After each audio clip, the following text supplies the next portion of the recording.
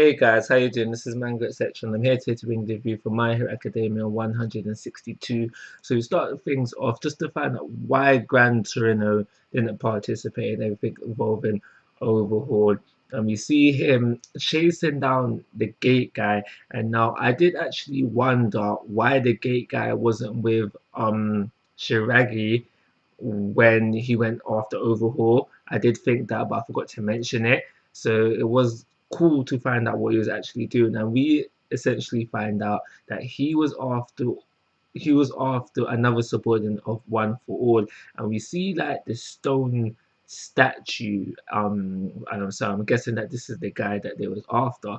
Well, I should say the guy the gate guy was after, and stone statue. So what I'm thinking the next arc is going to possibly be about is them bringing back to life the stone statue in whatever shape or form, and then with him accompanying them, they're going to break free the gate guy because obviously he's been captured now.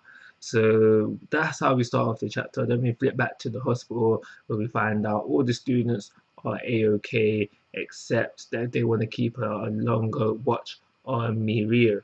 And just before Deku goes back to school, he goes to see Mirio, and Deku being Deku, he feels somewhat responsible for the fact that Mirio lost his quirk, and he starts to say, "Yo, Mirio, if I could give you my quirk, would you take it?" And then Mirio stops him right there and is like, "No, I wouldn't take it," and then just goes into his reasons why he wouldn't take it. And I found it really cool, and I still say sorry, Deku, bro, but you're not showing yourself to be worthy to be the next symbol of peace. Mirio for symbol of peace. Give him what Deku should really give him his quirk and let him do his thing. But through the chapter, we find that Mirio is fine to stay quirkless. He'll still be a hero regardless of that, and he's he's he knows that there's a chance that he could get his quirk back, but he's not really focused on that. He's just focused on being a quirkless hero now, and he's willing to do that.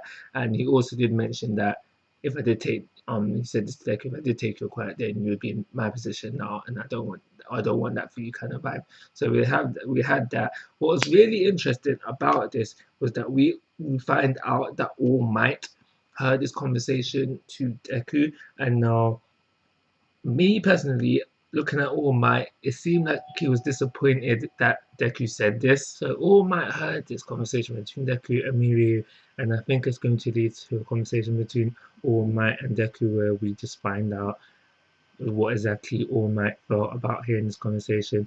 Me personally, I think All Might is going to be disappointed, so it'll lead to like a disappointing conversation, and maybe a bit of anger will come out of that as well. So the rest of the chapter is just we know that Deku's back in school, and everybody else is back at school. So that's Floppy, that's Gravity, that's Red Riot, everybody else except maybe.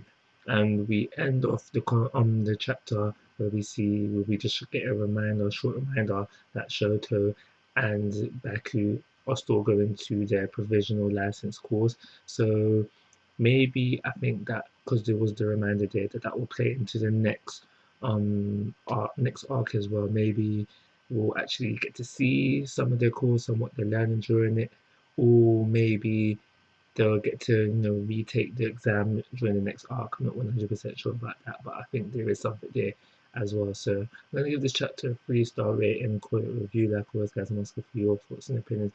If you haven't already, please subscribe to my YouTube channel. And most importantly, take care. Have a nice day.